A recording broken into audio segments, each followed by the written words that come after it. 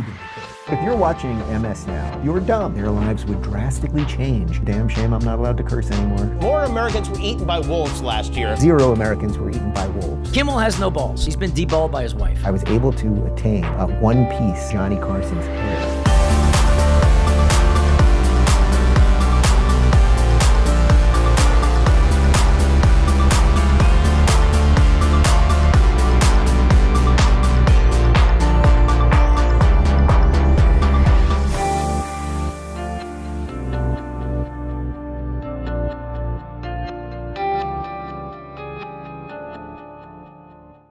Hello, good people. I'm Dave Rubin. This is the Rubin Report. It's March 11th, 2026. We are live streaming on Rumble, on YouTube, and on Locals. Share, subscribe, tap that notification bell. And our program today is obviously a bunch of Iran updates, some SAVE Act updates, some Dems trying to defund DHS while we're in the middle of a war. And then we're going to wrap it up with they just can't stop themselves.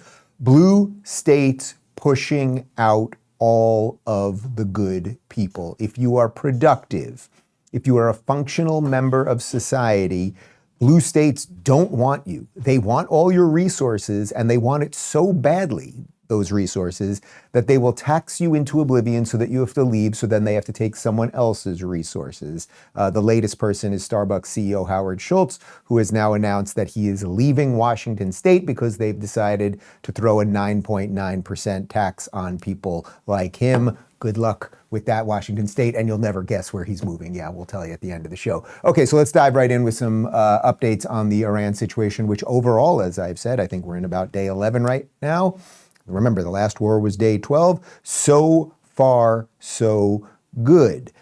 There was a little strange news yesterday that Iran was maybe going to put mines in the Strait of Hormuz, which is where a huge amount of the world's oil is exported and has to go through, basically. We'll show you a map. Can we pull the map up again? Oh, we have one, I think. Yeah, so first off, what you're seeing there is just general on a normal day, how many ships and the amount of cargo and oil that's going through the Strait of Hormuz. And that little corner, the little elbow there, really is the key part, because obviously it's not that wide, and if you were to put some mines or bombs or rockets or whatever else they've got over there, if you were to booby trap it, as we used to say in the 80s, that would be a problem for the world's energy resources. So that was the rumor over the last day or so. Here is Will Cain on Fox talking about what Trump's response would be if Iran makes that move. Meanwhile, there's an alarming report out of CBS News today. U.S. intelligence assets reportedly beginning to see indications that Iran is taking steps to deploy mines in the Strait of Hormuz. Moments ago, as Lucas referenced, President Trump posting on Truth Social, if Iran has put out any mines in the Hormuz Strait, and we have no reports of them doing so, we want them removed immediately. If, for any reason, mines were placed and they are not removed forthwith, the military consequences to Iran will be at a level never seen before. If, on the other hand, they remove what may have been placed, it will be a giant step in the right direction. Now, this comes as the U.S. weighs its options for naval escorts in the waterway. Okay, so obviously about 11 days into this thing, I don't have to repeat myself, you guys know how well it's going in terms of getting rid of their ability to shoot rockets, which are going down virtually every single day, taking out the leadership, all of the stuff. Now, ultimately, this will come down to eventually when enough of the infrastructure and the mullahs are out of the way, can the people take over? That'll sort of be, as I said yesterday, that's part 2 of the trilogy, and then there'll be a trilogy after that and everything else. But you can see that Iran, in a desperate move here, because they've completely lost their airspace and everything else, they started firing rockets at now, I think, 13 different countries, not just tiny little, very naughty Israel, but 13 different, largely Arab Muslim nations. And they are not the good guy in the area. 20%, should be noted, 20% of the world's global oil flows through the Strait of Hormuz. So you can understand why it's a key part of the world and a key part for what Iran is doing. And 87.7% of Iran's oil exports go through there, largely to China. Phoenix, I need you to roll for me. Okay. And about 30,000 vessels pass through there per year. So let's get into some of the economics around that and why maybe Trump is doing this. Kevin O'Leary went on CNN with Kasie Hunt And he talked about how Trump's number one goal right now is to take out the bad actors. The market has said, okay, let's be volatile in 20-25% volatility daily on oil until we know when this strait will be open. But that's not the number one concern post this war. What is the number one concern? That this erratic government stops doing what it's been doing. The number one concern is if you're going to go do this and disrupt the region and have all this happening, the outcome better be that this bad actor is eliminated. I mean, that's what the market wants, because we don't want more of this.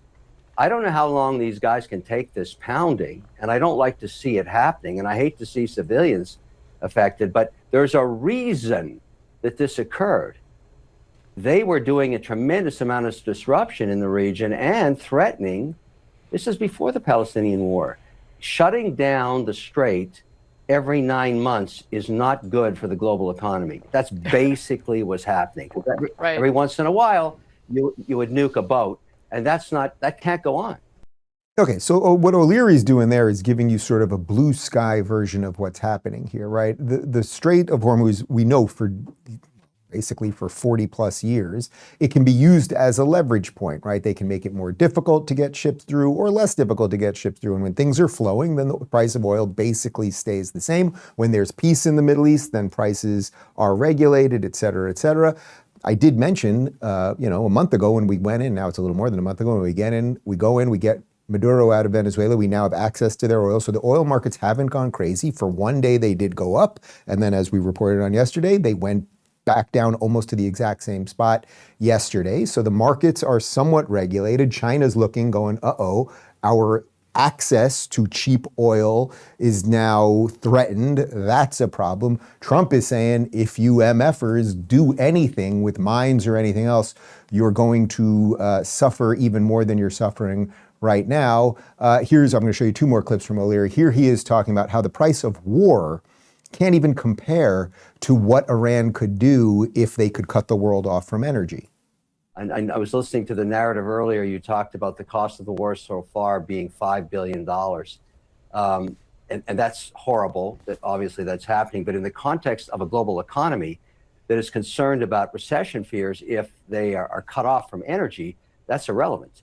And so you have to think about what is the end game here.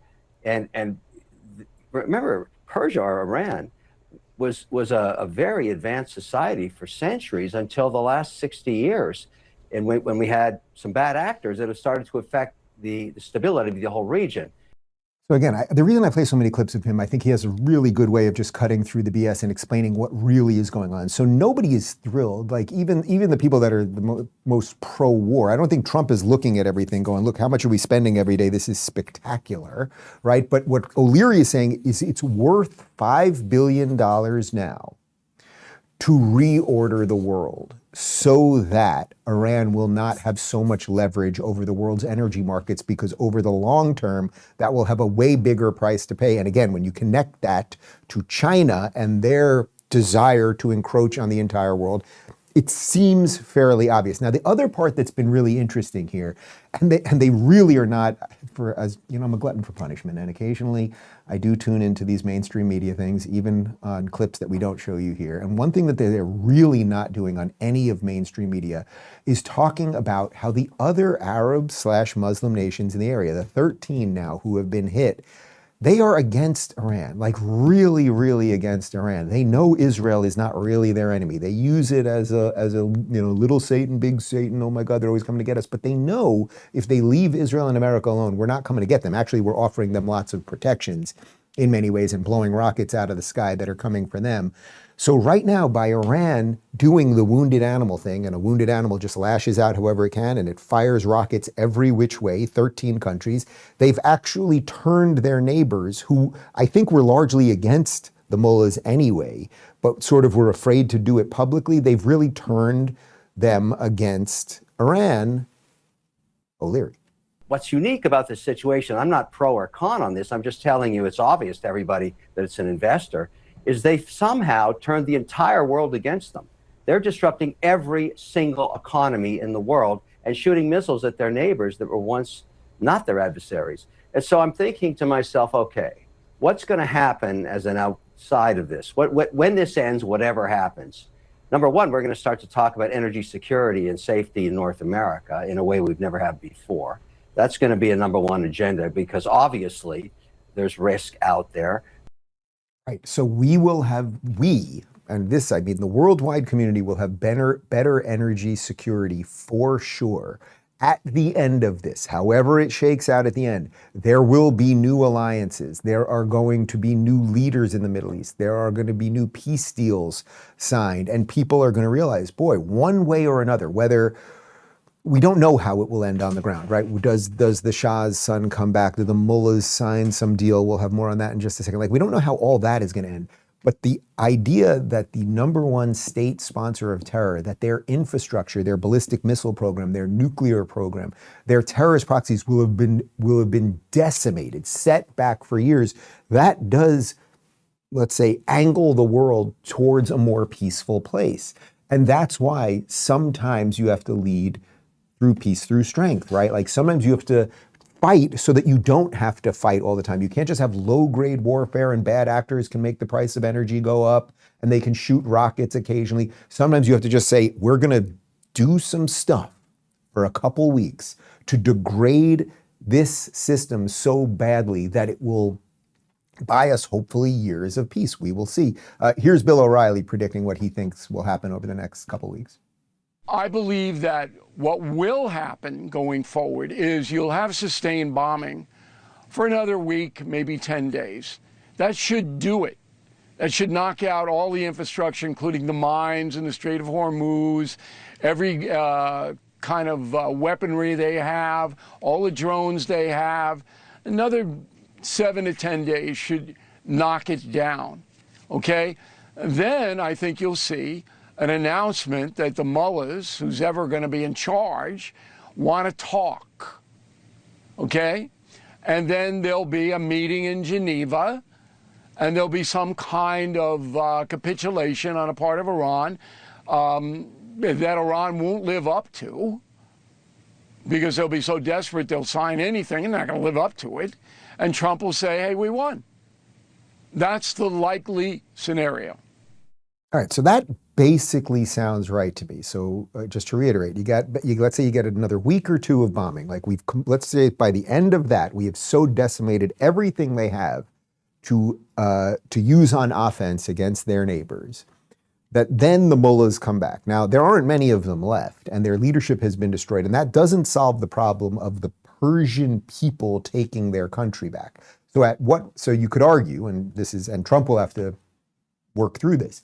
You can absolutely argue, what right at this point do the mullahs have to be the ones to come to the table and say, okay, we'll sign some deal, which of course they will never live up to. But who are they at this point? They've been, in essence, illegally ruling over the Persian people of Iran. What right do they have, the ones to be at the table? But I think that the broad point that Bill was making there is right.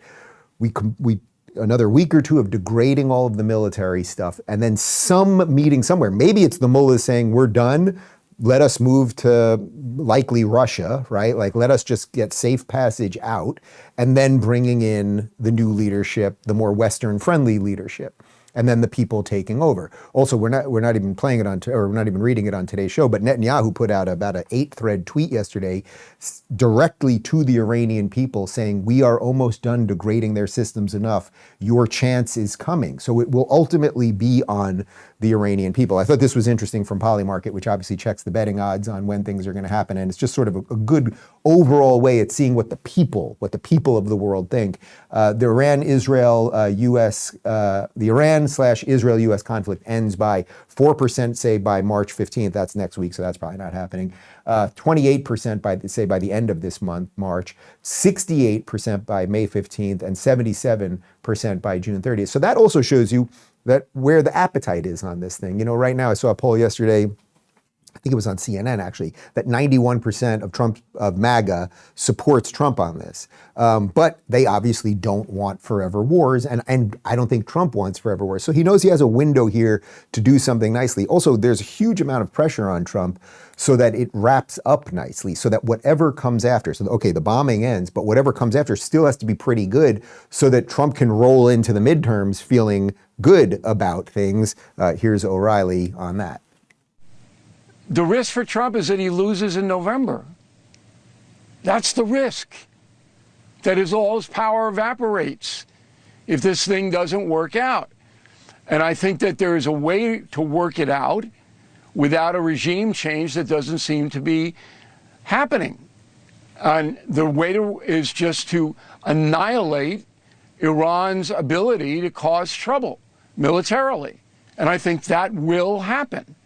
Yeah, I just said to Phoenix during the break, it's like if you would have told me 20 years ago when I was a lefty that I would agree with Bill O'Reilly on so much in 2026, I would have never believed you. You know, my first ever TV appearance actually was on Bill O'Reilly, on the O'Reilly Factor back in, I still lived in New York. It was probably around 2010 or something. And we were arguing on the show actually. But anyway, that aside, he's right.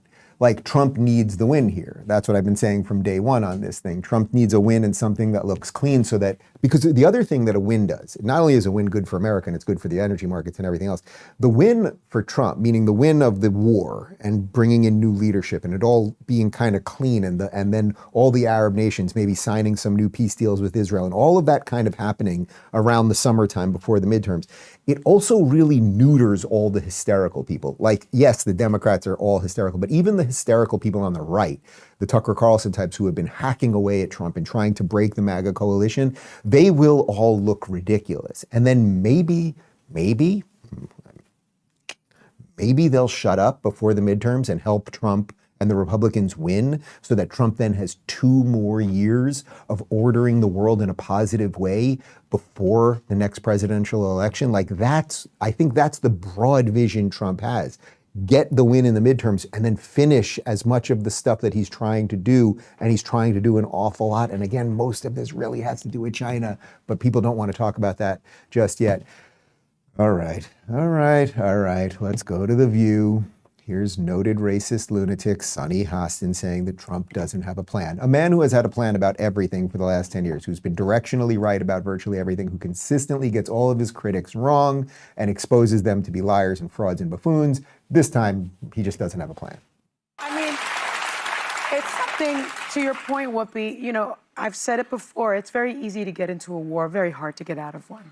And we know that. And I don't think he has a plan. I don't even think he has concepts of a plan at this point. And I think what's... Yeah, like healthcare. Yeah, so I think, well, I mean, the concepts of a plan on how to get out of Iran.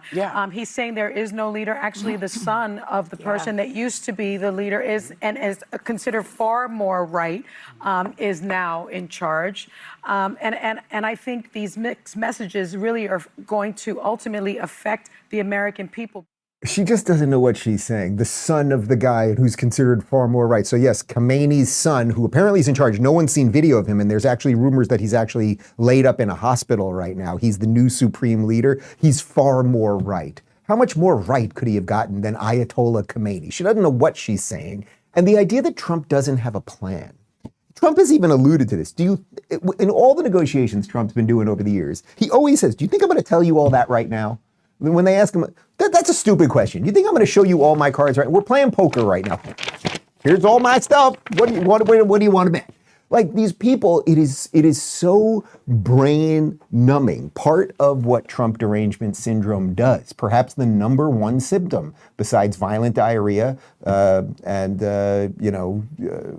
thoughts of suicide and everything else, the number one thing is that you just become dumb. Now let's juxtapose that with someone who's not dumb. Senator Josh Hawley, who really I think is just an absolute all-star in the Senate and seemed like he was on a major rise about 5 years ago. He's kind of quiet these days. I think he's really just right on almost everything. Here he is explaining that, yes, this thing is going well, despite what Mark Kelly from Arizona Senator and several other Democrats are saying. So you have one of your colleagues, Senator Kelly, saying the war's not going well. How could he say that? Well, I would just say this, Jesse. If you look at our overriding priority here, which is to deny nukes to these crazy people, how can you look at what's happened in the last year? I mean, you had Trump taking out the nukes back in June. Now you've had the last 10 days. Does anybody really think that these people are ever going to try to make a nuke again? What would they make it with? Like charcoal? I mean, this is an overriding success. Our military is astounding the world. And I agree with what the president said last night. You look at all the success that we've had in the last 10 days. I mean, this thing is a victory. I think we should be hailing our military as the heroes they are. We ought to be thanking them for their service. And we ought to be saying we've achieved our objectives here, big time. Right. So the Democrats, so either Hawley is lying, at all the video evidence coming out about all the infrastructure being blown apart in Iran, the Navy that is completely gone, the dominance, we and the Israelis completely control their airspace. It is can you throw the map up again? It's a large country. And in basically 2 days, I mean, that's only a portion. Maybe we can get a more zoomed out version of it in just a second. We took their airspace in basically 2 days. The rockets, as we pointed out yesterday, the rockets that they are shooting out of the country, it's down something like 87% since day one of the war. There is no evidence whatsoever that we are losing, or that this is not going well, or that Trump doesn't have a plan. But that obviously is what they relentlessly need you to think. The other thing that they relentlessly need you to think is that people don't need an ID to vote. So let's bring this back to some of the domestic stuff right here, because the SAVE Act is still, it is the number one thing right now. Like you could say the war this, war that, goes well, it doesn't go well, affects the midterms. Fine. I've just made several arguments that Trump needs to win this thing cleanly for the midterms. But really what the future of America is about is, will we have a system in place for our elections that will ensure that only Americans vote? And there is a party in this country right now that simply does not want that. The SAVE Act is designed to make sure that only people who are citizens can vote. Democrats are freaking out, and we have several squishy Republicans. Let's just get an update here from the Daily Wire. Senate Republican leaders are signaling that the path forward for the SAVE Act demanded by President Donald Trump could be far more complicated than some conservatives expect. Speaking to reporters Wednesday, Senate Majority Leader John Thune suggested much of the current pressure campaign surrounding the legislation is being driven online rather than inside the Senate itself. The SAVE Act would impose new nationwide election integrity requirements, including proof of citizenship documentation to register to vote and voter identification requirements for ballots cast in both person and by mail. The House has already passed the bill, and Trump has recently increased pressure on Senate Republicans to move it forward, declaring he would refuse to sign legislation that does not include the SAVE Act. But Thune indicated even many Republicans remain uncertain about how the Senate could realistically pass the measure. There's support among GOP senators, he said, but the process and how do you ultimately try to get a result is still unclear to me. Some conservatives have floated forcing the legislation through using the talking filibuster strategy designed to pressure Senate Democrats and move the bill forward with a simple majority. Thune, however, warned that the tactic would be difficult to execute. The talking filibuster is one on which there is not certainly a unified Republican conference, and there would have to be, he said, after a Senate GOP meeting. Okay, so let me explain this for those of you that don't pay attention to every little bit of procedure in the Senate. You need 60 votes, right? So let me back up. What you need actually is 50 votes plus JD without the filibuster. Okay, so the Republicans can do this, meaning that right now the Republicans have 53 seats, okay? So right now, to get the SAVE Act passed without the filibuster, they need 7 Democrats to come across to get 60. There is zero chance, zero. First off, you need all 53 Republicans. You have some loser Republicans like Mitch McConnell, who doesn't even know where he is, right? So there is zero chance you're gonna get the 60. By doing what they call the nuclear option, and the talking filibuster, you can do it. You can do it with a simple majority. Now, the argument against it is a procedural one. The argument against it is, if we do it with a simple majority, then what will the Democrats do when they have it? And I understand that argument. And I actually believe in the Constitution, and I believe in the separation of powers, and I like proper procedure. However, we are in a time now where the Democrat Party is so radically against America, radically against free and fair elections, clearly for fraud, clearly for flooding our country with illegals, openly saying they will pack the Supreme Court when they can. Every single norm that we have, the Democrats are in opposition to. And they are telling us that when they are in power again, they will do everything they can to shred all of those norms and rules and foundational documents. So the Republicans right now, while they have the House and the Senate and the potential tiebreaker with the VP, they have to do it. And what I would say to somebody, if you get into a debate about this with a friend, the real debate is, what is political power? And do you use it effectively when you can? And I would say, think about what Bukele has done in El Salvador. We've covered this a ton over the last 2 years. He took a country that was a third world nation that was number one in murder and up there in crime, and basically gangs were running the nation. And he went in and he used political power, and now it is one of the safest countries in this hemisphere. I was there a few weeks ago, and it was safe and clean. And you do see some soldiers out on the street, which for a Western person, that can be a little bit odd. But I was in El Salvador when it was a third world nation over a decade ago, and it was wildly unsafe. They've cleaned it up. What would Ron DeSantis do in a political situation like this? Would he wield his power effectively, or would he not, right? So either we can keep playing by the rules that they don't even believe in, or we can make something happen. So Thune, stop being what would be a word that I can say with my new rules around here? Stop being donkey head. Don't be a donkey head, man. Be cool. Be a frame mogger. That was good? I got that right? Wow, applause. Here is Thune being more of a donkey head. Do you run a risk of being on the wrong side of President Trump in your resistance to do this talking filibuster, tying the Senate in knots for weeks? We don't have the votes either to proceed, get on a talking filibuster, nor to sustain one if we got on it. But that is just a function of math, and there isn't anything I can do about that. I mean, I understand the president's got a passion to see this issue addressed, as we all do. Does he understand that, though? Well, we've conveyed that to him, but we will continue to make that argument, because I think it's important that everybody understand that this really is about the votes, it's about the math. Again, I'm just not totally sure what he's saying here. Yes, they don't have the 60, but as I just illustrated, there is a way around it. They have the 50 at minimum plus JD as the tiebreaker. So what he's saying there is, well, yes, we can't do it the traditionally nice way, but I don't think he's hearing what Trump is saying or what I've just said or what I think it's something like 91% of Republicans are saying, which is you pass this thing no matter what, because otherwise we're giving away the keys to the kingdom. Gunther Eagleman over on the Twitter/X machine tweeted, "Does John Thune realize how bad he is effing up?" And Elon responded and said, "Not yet."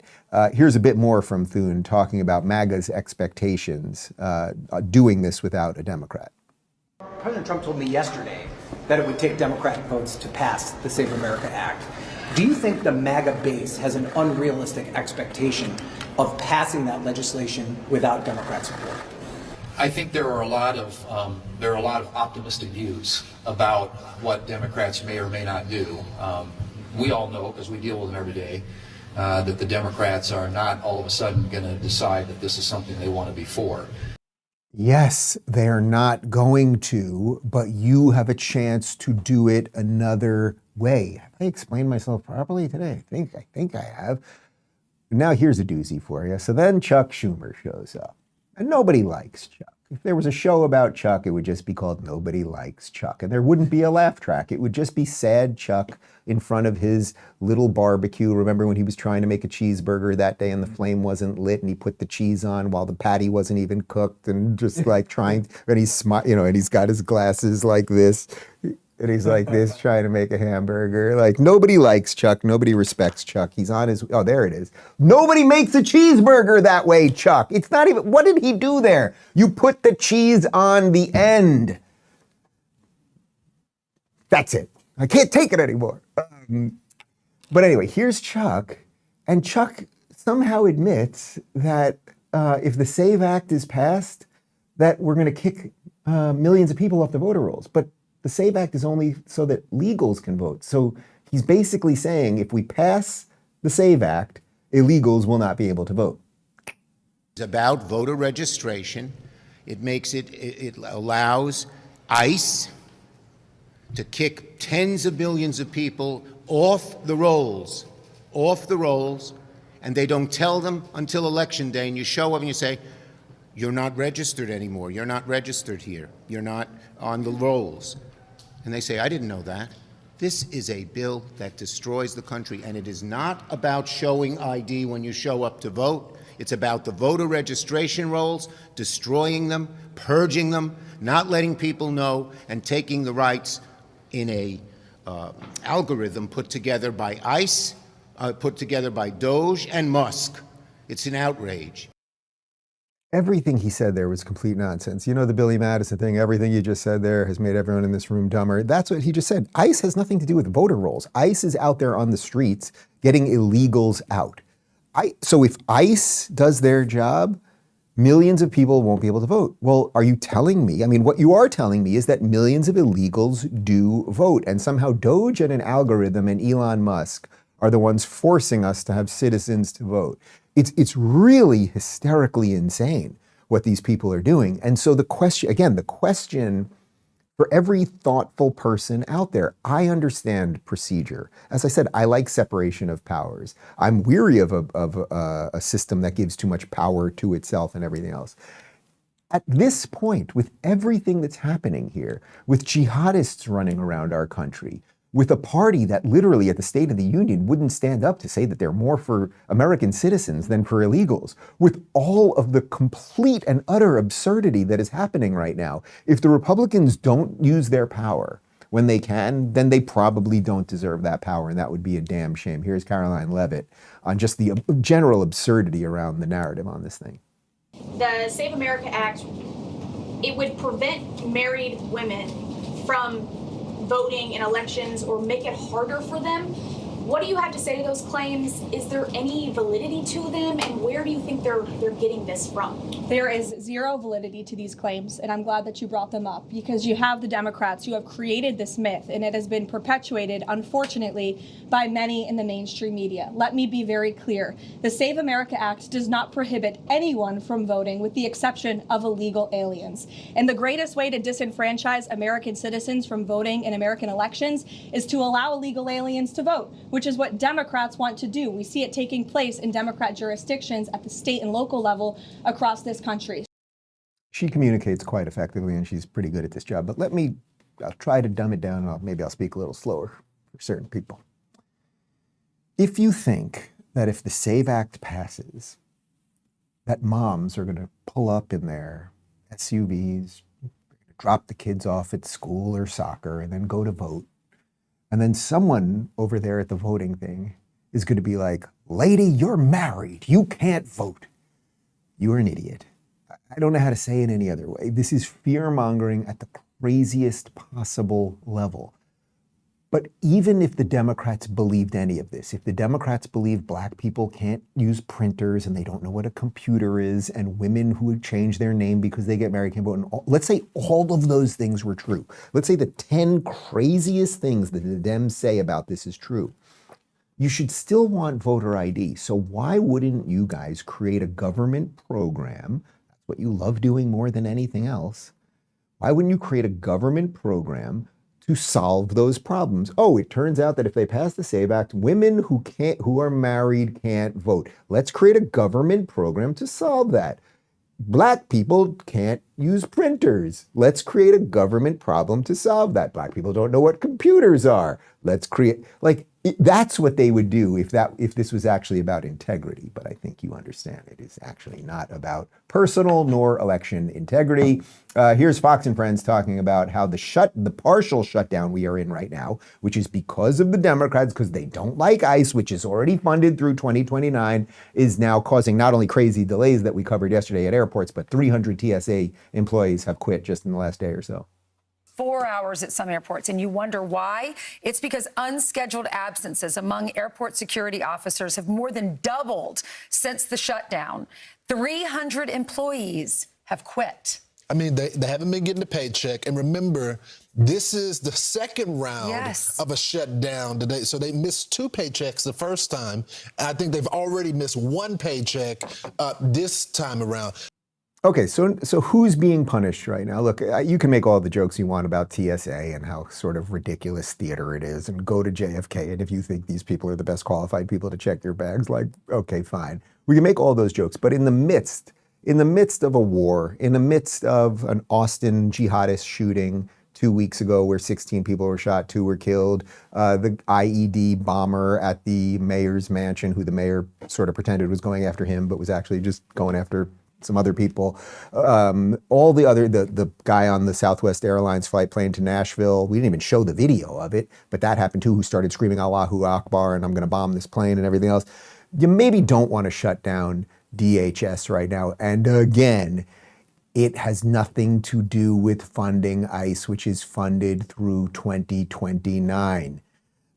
Here's a woman who, what were the numbers on this? Let me just fact check this real quick. From 2021 to 2023, one likeliest Congress member to scare children in bad lighting, Pramila Jayapal, saying that DHS must be dismantled.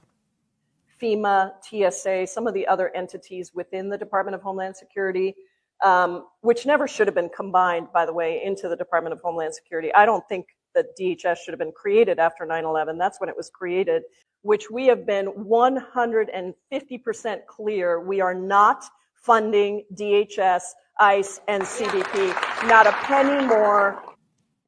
Can you go back to the hole you came from, lady? Like, just go back, go away. You know, like, okay, you know, you actually can make a sane argument that after 9/11, we went a little crazy with some of the things that we did, and we made government programs related to security that weren't particularly good. We made them bigger, and they're not that efficient. I'm more than happy to make all of those arguments, but those are not what you're doing. You're trying to make it seem like if we do anything to protect our borders, if we do anything to protect our elections, if we do anything at this point to protect our citizens who are being killed and raped and all of the stuff by illegals, that we're somehow the bad guys, and we're not the baddies. Did they ever just look in the mirror and say, maybe we're the baddies? Here is Rhode Island Democrat Gabe Amo pointing out that it is important that the Dems are, that is important that TSA is paid, and many Democrats want to fund DHS except for ICE, except ICE is funded already. When and how is this going to be resolved? Well, as a member of Congress, I find myself in airports quite often. And it's important to me that the TSA agents are paid like they deserve to be for the important work that they're carrying out. And that's why many Democrats, including myself, have said, let's fund the rest of the Department of Homeland Security except for ICE. First off, that clip is incredible because we found a black man who can get on an airplane. Amazing. Dude, buddy, I've never heard of you before. It's spectacular that you can get on a plane and you have an ID. You're an exceptional Mensa level human being, except ICE is funded already through 2029. How many times? Look, we're showing you from the National Immigrant Justice Center, Immigration and Customs Enforcement, ICE is funded through September 30th, 2029 via substantial 75 bill allocated from the One Big Beautiful Bill Act. So I don't understand how these people, don't they have people who work with them? Joseph, come here and wave to the people for just a second. This is Joseph. He sits at a computer. He's my associate producer. Wave to the people. Just look, wave. How old are you? 23. He's 23 years old. Occasionally I turn to him and I ask him, did I get that right?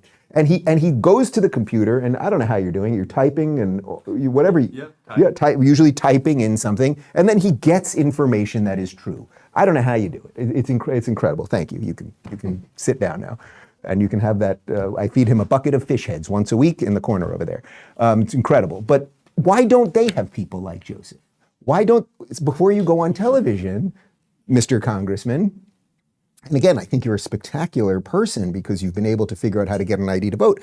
Why don't you have someone that says to you, boss, you know, you're about to go on TV, and maybe you should know a little bit about what you're talking about. So the DHS funding has nothing to do with the ICE funding because it was funded with $75 billion through.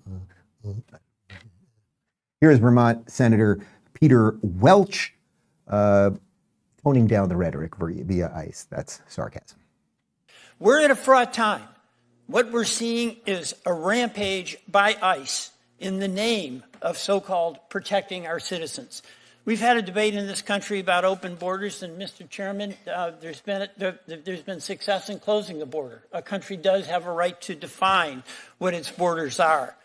Oh, a country has a right to define what its borders are? Well, you're a Democrat, and did you do anything for the 4 years that Joe Biden or AutoPen let 15 to 21 million illegals in? Are you doing anything about getting those people out? Of course you're not. So you guys get everything wrong, and then you have the gall to lecture us on ICE trying to do their job. By the way, since he is Vermont senator, it should be noted that Duwada Mayanja, a violent Ugandan illegal rapist, was arrested by ICE in Bennington, Vermont. Had nothing to do with Mr. Welch there.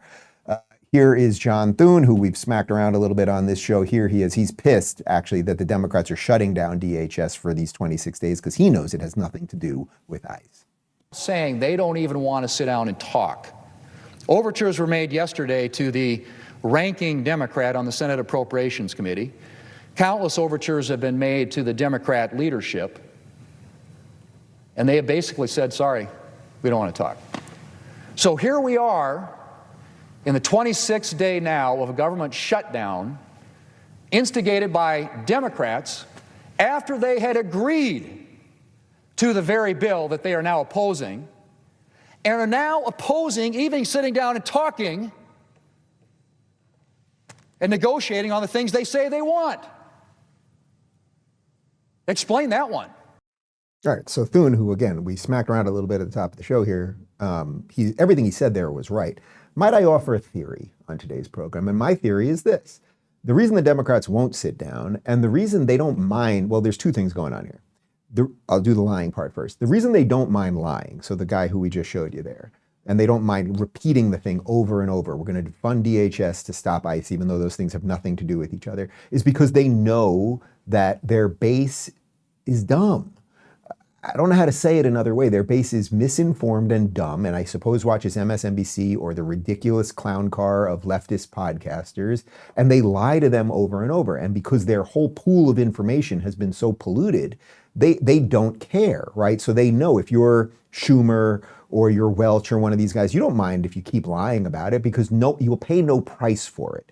The other part of it is that because you're going to pay no price for it, the pain then starts appearing at the airports, right? And now someone who's not particularly political, maybe they're a little bit of a Democrat, or maybe even they're a nominal Republican, they go to the airport. And now they're waiting 4 extra hours, or their flight got delayed, or they got to stay overnight, or whatever might happen here. They missed their connection because of the DHS shutdown. Who are they going to blame? Well, if they're largely misinformed, if they don't pay attention to anything, or they're misinformed, they will blame Trump. That's just how the cult of personality around the presidency is. They're going to go, wait a minute. We're in a war in Iran. They know about that. And the flights are delayed here. Trump. That's what will happen here. So the Democrats, they like the lying to their sort of dim-witted base because the more pain there is, the more people will point it at Trump. Not rightly, but because their base is not particularly bright. Here's Ron Johnson from Wisconsin, who is bright. I've had him on the show many times. I like him a lot. Here he is just laying out how ridiculous the Democrats have become. For the previous 4 years, President Biden and the Democrats opened up the border. Now, I like this chart. First of all, save the president's life. But the other reason I like this chart is it shows cause and effect. And the catalyst for this explosion in illegal immigration really was deferred action on childhood arrival. That's what sparked this. That created the first incentive for people to come to this country illegally. That started the first wave. Now, back in 2014, these were massive numbers. I remember President Obama calling 2,000 a day was, a humanitarian crisis. I think under Biden, we had over 14,000 in a day average. Yeah, that's good. Can we just go? Can you screenshot that real quick, just so I can previous reference 4 what he's playing years. there? So just screenshot it, and I'll just show. I mean, what he's showing you right there is under the Obama years, Obama was saying that these people coming through, that this is a horrible problem, and we've shown you a million videos where Democrats have done this already. It's okay. You can come back to me. And then look at the explosion under Biden. So everything Trump is doing is trying to reverse what Barack Obama's vice president did. And again, Biden didn't know he was doing it likely and who the hell was signing off on this and everything else. But the real issue is that when these people get here, they do all sorts of horrible things. They've already broke the law once, even though Jasmine Crockett, who we won't have to talk about much longer, doesn't seem to think coming to the country illegally is illegal, which of course it is. But then they do horrible things. In the last couple of days in New York City, a Honduran illegal pushed 2 people onto the New York City subway tracks. Here's a report from CBS. 34-year-old man now faces charges, including attempted murder. Bayron Hernandez accused of pushing actually 2 men onto the tracks at the Lexington Avenue and 63rd Street station Sunday. Victim John Rodriguez managed to take video of the man who he said was the culprit. Rodriguez ended up with his arm in a sling. The other victim, 83-year-old Richard Williams, his granddaughter tells us he has multiple fractures and also bleeding on the brain. You think Democrats are ever going to say the names of the victims right there? An 83-year-old man, if I'm not mistaken, he was an Army veteran as well, bleeding on the brain, multiple fractures, 83 years old, just trying to go somewhere on the subway. And Democrats will never say his name. You think moron Zamboni is going to hold a press conference today saying his name? We'll get to more on him in just a second. But they won't. They don't care. They only care about the bad guys. So now let's stay in New York City because we showed you that there was a terrorist attack in New York City outside of Gracie Mansion. And the media tried to frame it as if basically implying that a white supremacist was trying to bomb a bunch of Muslims. Of course, it was completely the reverse of that. Here is video on the investigation right now. Well, we are here in New York City's Upper East Side neighborhood. We're actually a couple blocks down from Gracie Mansion, which, yes, is the home of New York City Mayor Zohran Mamdani. Right now, officers are investigating a suspicious device that was found in a popular park nearby called Carl Schurz. We've seen officers block off this area to traffic, and we've got members of the NYPD bomb squad and another command unit that are out here. Big breaking update. We're hearing reports that Gracie Mansion is being evacuated. Again, that's the official residence of the New York City mayor. So that's a pretty big update. Reports coming in that Gracie Mansion is being evacuated. Okay, so let me slightly clean that up. There were 2 incidences. One was the IED incident where the guy threw the bomb that thankfully didn't blow up because the guy has now admitted. There were 2 guys that did it, one second generation from Turkey, one second generation from Afghanistan. They wanted it to be bigger than the Boston bombing. Fortunately, that didn't go off. And then there was this other threat. So anyway, the point is there's a whole bunch of threats now around New York City. You know, they mentioned that was at Carl Schurz Park. I'll just tell you a story real quick about Carl Schurz Park. I used to live on 90th and 1st, which was about a block or 2 away from Gracie Mansion. This is well, I was there for 9/11, so this is around 99 to maybe 2002 or so. And I used to play basketball all the time over there. And after 9/11, it's about a month after, because, you know, for the few weeks after 9/11, the city was utterly chaos. We were all just watching TV all the time. It was, you know, you could still, even on 90th and 1st, which is polar opposite part of New York City from Ground Zero, you could still smell, you'd walk outside and you could still smell the soot and the debris and all that stuff. So you didn't even want to be outside for that long. But about a month after 9/11, I went to Carl Schurz Park to play basketball, which is where I played basically every day for years while I was up there.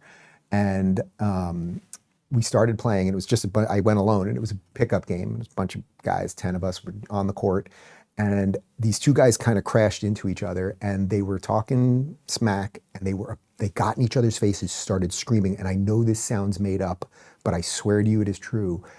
They got in each other's faces, and they both started crying at the exact same time. I just got chills up my spine telling you that. I've told that story a couple times before. That was what New York City was like after 9/11. And the fact that right now we have someone in Gracie Mansion, which is right there, Gracie Mansion's right outside Carl Schurz Park, who is sympathetic to that is just absolutely insane. So here is Zohran on his advice to young people who might be drawn to terrorist ideology. So given that both of the alleged attackers at Gracie said they were inspired by ISIS, and given New York City's sort of perennial status as a soft target, I was wondering if you had any, words of advice to any young people who might find themselves being drawn to that particular ideology. I think first and foremost, just to make it clear to everyone that extremism and hatred of any kind will not be tolerated in our city. And that is regardless of whatever ideology motivates any person to commit an act of violence. There is no tolerance for it here. He is evil. And when Ronald Reagan said that when socialism comes to America, it's going to come with a smile, that is that guy. She said, would you like to talk about this particular ideology? That's the ISIS ideology, which we now know both of these guys were following. They've seen their phones, they've seen their computers. We know that. She asked about particular ideology, and of course he talks about extremism and hatred in all forms because he kind of likes the ISIS ideology. And how do we know that? Well, here he is where he refused, and this happened multiple times, this is just one of many videos of him doing it, refusing to condemn, globalize the Intifada. You were recently asked about the term globalize the Intifada, if it makes you uncomfortable. In that moment, you did not condemn the phrase. Now, just so folks understand, it's a phrase that many people hear as a call to violence against Jews. There's been a lot of attention on this issue. So I want to give you an opportunity to respond here and now. Do you condemn that phrase, globalize the Intifada? That's not language that I use. The language that I use and the language that I will continue to use to lead this city is that which speaks clearly to my intent, which is an intent grounded in a belief in universal human rights. But do you actually condemn it? I think that's the question and the outstanding issue that a number of people, both of the Jewish faith and beyond, have.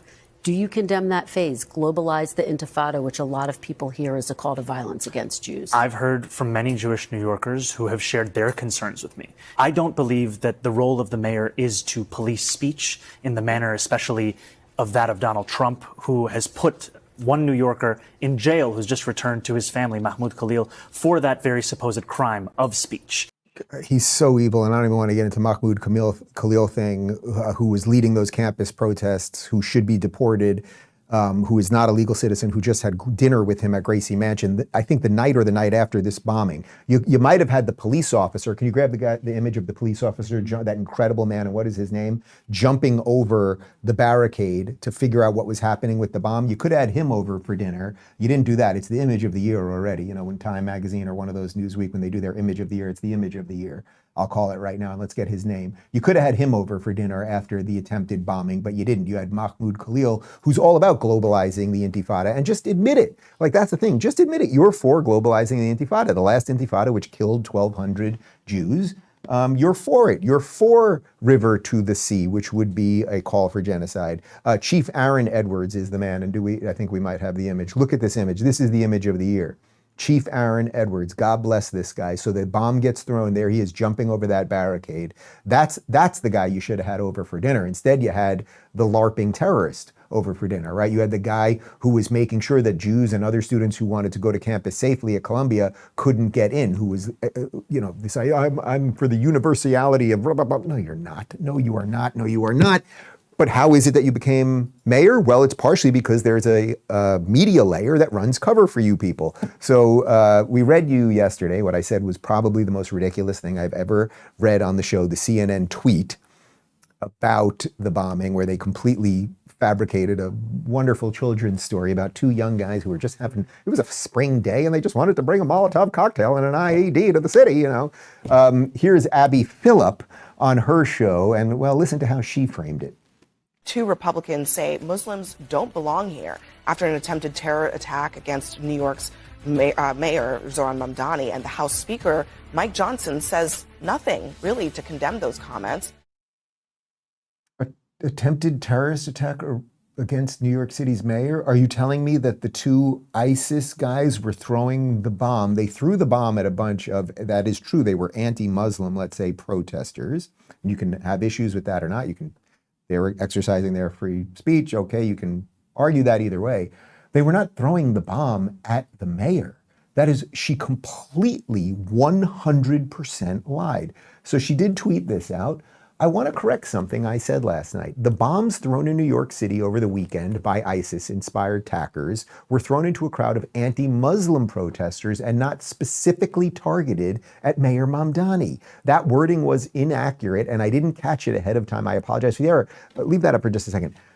Was thrown into a crowd of anti-Muslim protesters. Okay, that is true. They were protesting against Islam. That is true. And not specifically targeted at Mayor Mamdani. Not, what are you talking about? Specific? It had nothing to do with Mayor Mamdani. They are on Mayor Mamdani's side on this. So even in her apology, that woman, she is so damn dim. This clown person, Wajahat Ali, I've been on Piers Morgan with him and owned him a couple times. He went on Joy Reid podcast. Why are we doing? I don't know. Sorry about this clip, but well, you'll see. It's actually sort of pleasant in a weird way, but I apologize in advance. We found out, Joy, and this pains me as an American, other countries were laughing at him and laughing at us. I want to tell you all something about Pakistan. My parents are from Pakistan. It's a country with many challenges. My cousin came here from Pakistan, studied, went back. He was about to come to America. You know what he said? He goes, hey, man, I was about to buy a ticket to America, but things look really bad. I'm just going to stick back in Karachi. When people in Pakistan are looking at us and they're like taking pity, Joy, I feel sorry for you. Oh, that's a shame. We're not going to have more Wajahat Ali family members from Pakistan coming to America, because listen to this. The Justice Department alleges that Wajahat's parents were part of a scheme to defraud Microsoft Corporation by obtaining discounted software under false pretenses. They were convicted in 2006 on 30 counts of conspiracy, mail fraud, wire fraud, money laundering, and spent nearly 5 years in prison. But Ali said his parents, like many Muslims in the U.S. at the time, was unfairly targeted. Oh gosh darn, we're not going to have more of the Alis. What are we going to do? To wrap this whole show together, we are consistently seeing, guys, just a divide in this country between the blue and the red, between Republican states that are roughly sane and Democrat states that are completely losing their minds. And again, good luck to you in New York City. If you think it is bad now and you think there's been an uptick in terror and hate, it is going to get much worse. That is the point. He is going to smile as it gets worse. But let's stop there, because let's jump over to Washington State, where if things are not good in New York, they're about to try to catch up over in Washington. Listen to this from Autism Capital. Breaking: Washington State passes their first ever income tax. Incomes over $1 million a year will be taxed at 9.9%. Married couples share a single $1 million exemption. So if combined incomes are more than $1 million, you're getting taxed. This will obviously eventually extend beyond millionaires. What comes for others eventually will come for you. RIP Washington State. So they're going after the rich, right? Virtually every single person watching this would love to make $1 million a year, whether it's you solo or combined with your spouse. So that's who they're going after right now. We just need 10% more of your money. You already pay 80% of the taxes, and we don't tax lower income people and everything else. But Washington has been a state that has had no income tax. They are now saying it's not a spending issue, it's an income issue. We just need more of your money. And as they point out in the tweet, of course it will never end with that. You think the government, after 5 years of a program where we just take the money from the guys who are making $1 million a year, of course the government 5 years from now will say, well, you know, we actually, even though nothing will get better because of it, right? Things will get worse. They'll then say, well, you know, it's not just the guys who make $1 million a year. How about the 750s? And then we'll throw 2 more years in, and then it's the 600s and the 400s, and then eventually it's the 100s and the 80s and everything else. So what has happened? Well, the fleeing from Washington has already begun. Listen to this LinkedIn post from Howard Schultz, who is the CEO of Starbucks. It's a little lengthy, but I think it's worth reading. 44 years ago, Sherry and I made the cross-country trip from New York City to Seattle in our 1979 Audi, along with Jonas, our golden retriever.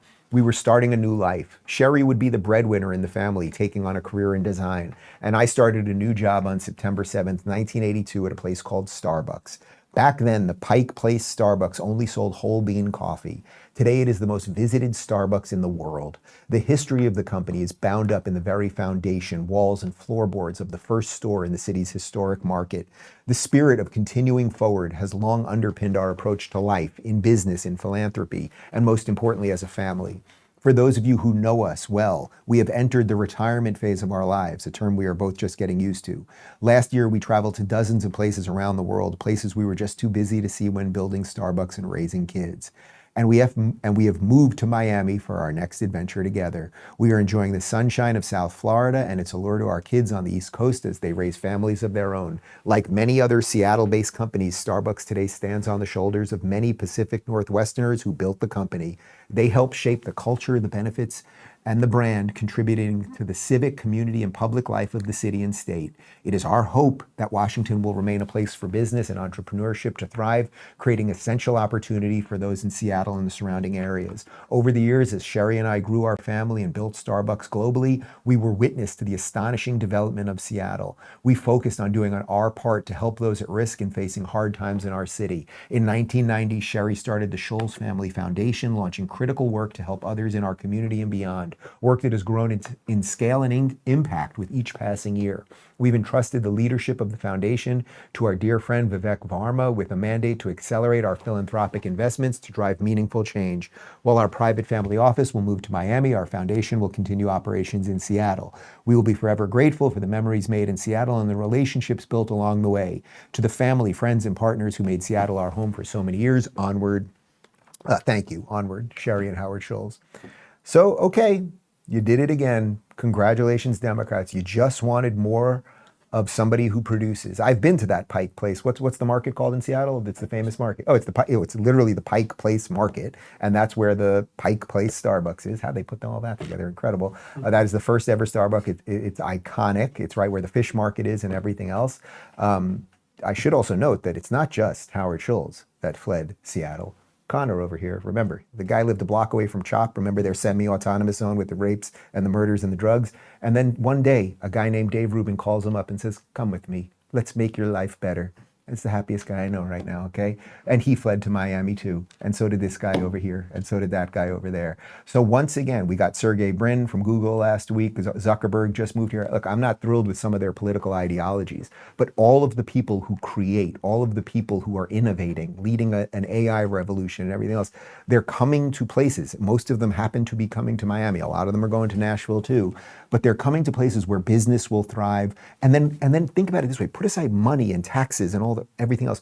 You're going to get a certain type of person who maybe won't burn down a Best Buy because they're not happy about something. And then things start flourishing in some places and start degrading in other places. Two quick videos of Howard to close the show here. Here he is where he rejected being a billionaire. He didn't want to be called a billionaire during a Senate hearing, which was interesting because they were going for the Senate. They were going for the billionaires first. The last thing you said, and it's been said many times by the chairman, I just want to make a point of that. This moniker billionaire, let's just get at that, okay?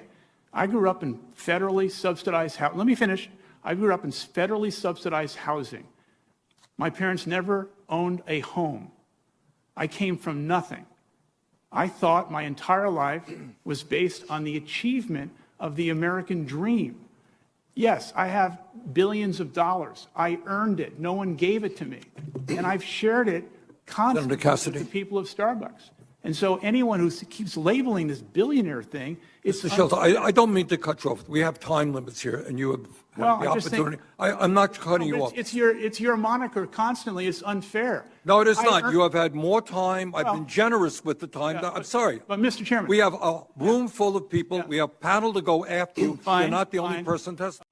All right, guys, I know everyone's waiting for me to do the Bernie thing. I'm not doing it today, but what a bad man Bernie Sanders is. I'm really trying. Right, like there's somebody, like put aside the time, like he would never cut off one of his commie socialist comrades in the middle of all of this. But there's someone talking about the American dream. I grew up with nothing. My parents never owned a house. We just read you the statement. The guy drove cross country with him, his wife, and his dog. Right? That's literally what we did. That's what we did back in 2013 when we went from New York and we didn't have $20,000 combined. We had nothing. Actually, I had a lot of debt. So we had negative dollars and we moved to LA with our dog and made it in LA. And then we fled to Miami too. So I'm very sympathetic to Schultz's predicament. And now he's here. We'll try to get him in studio. But that Bernie would cut him off. He's giving what the American dream is. The American dream is, oh, you came with nothing. You had passion for something. You tried to do something and you did it. And you made money while doing it. Then as he points out, he's done all of these philanthropic things. And what right is it for you, Bernie, to take what is his? You've got 3 houses. Well, apparently he sold one of them. But he doesn't give any rooms to those illegals, which I'm still confused about.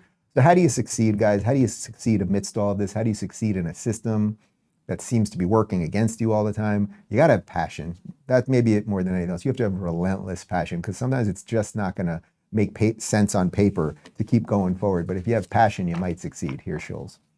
I think that success in business is a very difficult thing to achieve.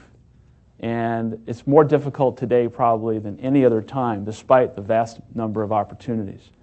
And as it relates to finding your calling in terms of what the opportunity or the entrepreneurial adventure is going to be, it has to be linked to something that you are so passionate and crazed about that you're willing to knock down walls and climb mountains and do the things that are going to put yourself in a position of sacrificing so many other things for its success. And you can only do that when there's a compelling underlying feeling that you have that this is something I'm going to fight to the death for.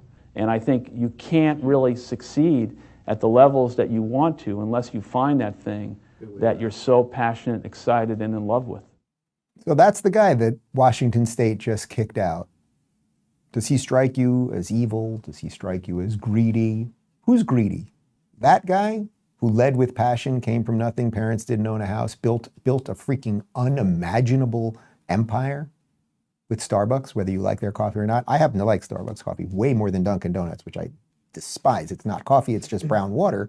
I like strong, like dark, almost burnt coffee. That's just what I like. So I really like Starbucks. But that aside, he built something amazing, a brand that is quite literally everywhere. There are Starbucks inside of Starbucks inside of Starbucks, okay?